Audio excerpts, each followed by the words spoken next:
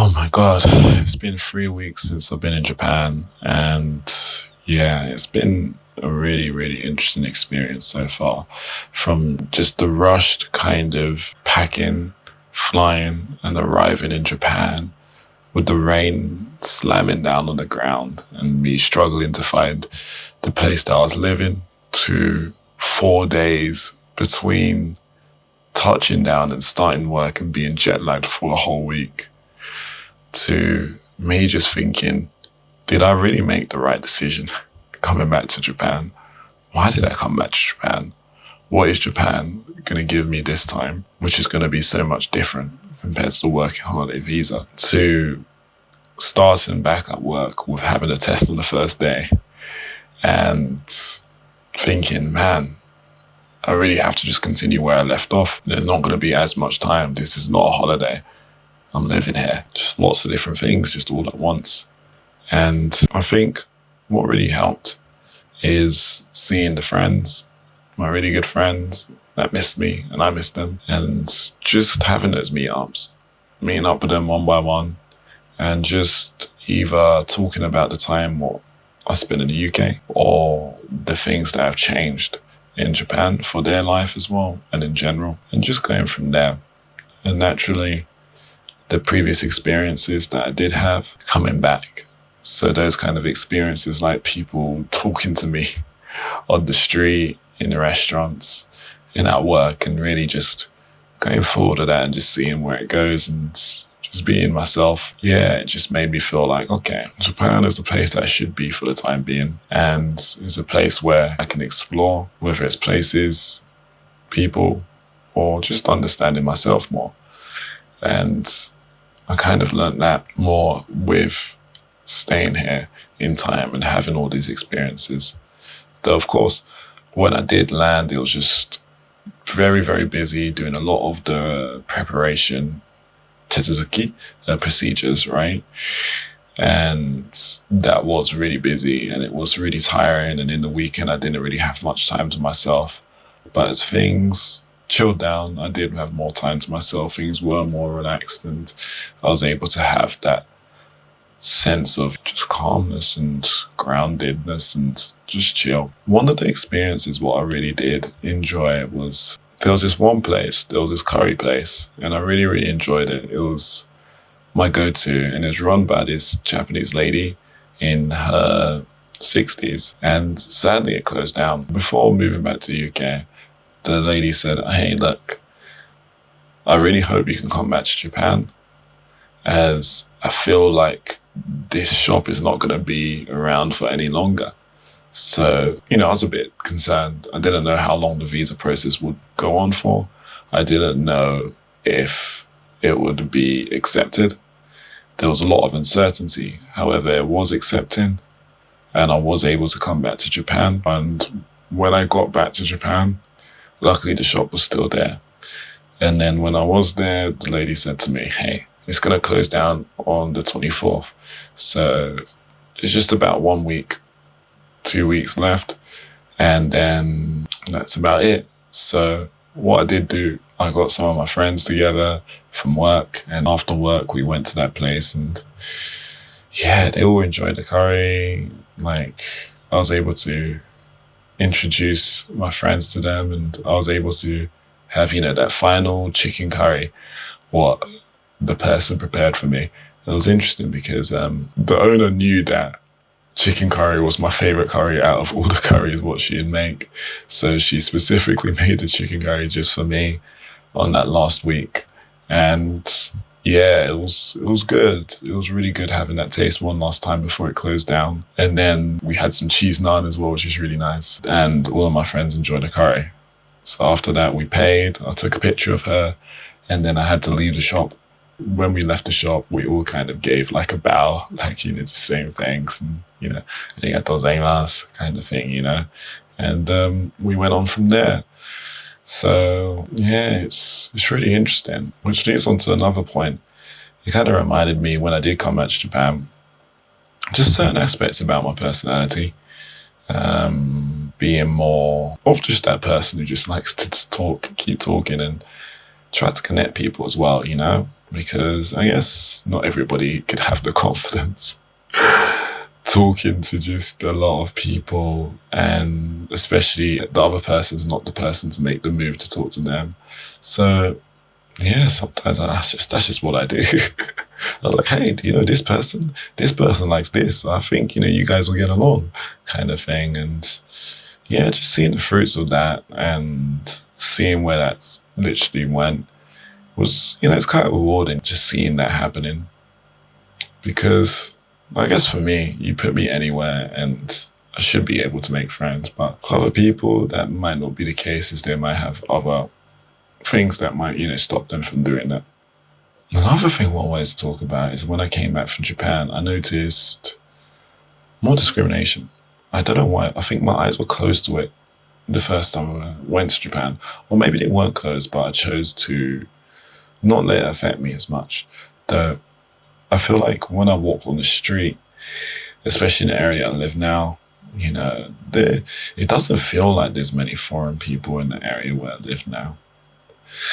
And because of that, it was more Japanese people. And I started to just notice a lot of the older people give me just looks. It wasn't like a, oh, dikka kind of look. It was more of a, nani sore kind of look, It's something I didn't notice previously. And yeah, it did make me feel a little bit unwelcome. Also, another experiences, shall I say, is that when I just go to stores sometimes and I'm by myself, sometimes even with friends, but I'm at the counter by myself, the staff will just look at me and then they're preparing to bring out the English menu, and in their head they're mentally thinking that this guy does not speak any Japanese. It's going to be a struggle making an order, right? I guess at first if it's just like, oh, eigo menu, and then, afterwards I'm like, Nihongo daijoubu. And then, it just goes smoothly after that. But other times, I guess some people really just can't get it past their head that, a person can speak and do their order in peace. Some people really just can't get their head around that. So much so that when you go to a supermarket or convenience store or whatever, right, they'll drop the irashaimase, and then when you go to the counter with all of your goods, they'll say konnichiwa, and then they'll do all of the scanning of your items, and then they'll say something like, "Pointo card o mochi desu ka?" Right? Do you have a point card? And then you'll just say, "Hai, 持ってます," or "いえ, 持ってないです." And then they'll say, "Fukuro ga irimasu ka?" Right? So do you need a bag? And then you'll say, "Hai, irimasu," or "いえ, 大丈夫です."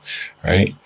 And then you bring it to the side and you pay for it, of course. And then you put it in the bag and you leave. I guess I had an experience where I'll just go to the supermarket, I'll bring all my goods, I'll say konnichiwa, and then there'll be no reply. And I'm like, bruh, are you gonna do this to me? Like, no reply. And, they finish doing it. They don't ask me if I need a bag, if I have a point card. And then I say, arigatou gozaimasu. And then there's just no response, just not even eye contact. And I'm like, bruh, I don't live for this, bruh.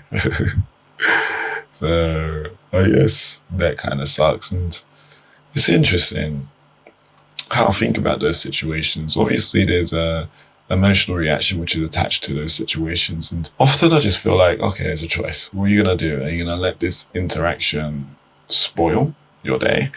Or are you going to acknowledge this interaction, process the emotion that comes with it, and then understand that there's going to be other things in your day which is going to change your mind and change the way you feel as the day improves. So obviously it happened. I'm gonna just see how the rest of the day goes. And luckily the rest of the day was pretty good. So, I was happy to go through that. The good times, of course, after that. So another thing what I want to touch on is that obviously when I was in the UK, I was studying 4 to 6, 8 plus hours every day. The routine in the UK was mad. I'd wake up in the morning. Let's just say the morning, right? Between 10 a.m. and 12 p.m., right? Like just, whatever. And then I'd wake up, I'll have my shower, and I'll start the day by watching a Ghibli film. And then after I watch a Ghibli film, I'll just read some books. I'll read a light novel. And then I'd be reading a light novel for like 2 hours, like 1, 2 hours. And after a light novel, I would just be chilling, eating, snacking, whatever, right? And then I'll put on a game. And the game at the time was Kingdom Hearts. So I was playing Kingdom Hearts, for at least 2 hours plus. So the minimum I was looking at 6 hours, and then some days, right? But on average, I'd say minimum was 4. And the maximum was, I don't know, like 8 hours plus. I don't even know. I didn't even count. I was just having fun. It was just all in Japanese. And I was just having fun. And I was like, you know what, man? I'm not looking up that much words. I'm still doing my daily flashcards. Is this really going to have a difference when I come back to Japan? Realistically, that's 2 months. So the reality is that I'm just going to improve a little bit. Just a little bit. That's the reality. So, but obviously in your head, you're just like, am I really improving? Do I feel like I'm improving? You don't really have the grounds to assess that, because obviously you're just living life through your experience, and that experience is whatever you can see in front of your face. And obviously progression for your own eyes is going to look different compared to progression through someone else's eyes. You might not notice it the same way someone else notices it, right? So I come back to Japan and I'm like, let's do this Japan stuff. And I guess at first it felt like everything was a bit harder. I was a bit rusty. It's been a while since I've been using this Japanese, man. So I was just like, damn, did I get worse? But then, as time went on, I was like, oh, I didn't get worse. I understand a lot more, and it's not as tough on my head. And when I was doing my work, I was like, oh, it's a few things to jog my memory back. But after that, it's almost like it was just a bit more smoother. It was just a bit more smoother being at work, and I can communicate a tiny bit more. One of my colleagues the other day realized this, and they were like, Mari, 本当に日本に戻ってきてから本当に上手くなった。And I was like, yo, let's go. Let's go, man. Let's go. So, I was happy about that, because I guess the thing at the back of my head, imagine if you did this. Imagine if you put all of your life into something. You put a lot of your time in something, and then it just wasn't the result you were looking for. You'll be like, damn, can I have my money back? You know what I mean? In this case, you wouldn't say, can I have my money back? Can I have my time back? It'd be one of them ones, Luckily, I got some kind of result from it. So progress is gradual. Things take time, and hopefully it'll all come together. And I'll just continue learning about what's next, really. Just learning everything. Things about myself, things about people, things about Japanese, things about life. Every day is an adventure, and every day is a possibility for change. So I'm going to try my best to push forward change, and hopefully life will continue going, and I'll be rolling with the punches. 2024. Thank you very much for listening.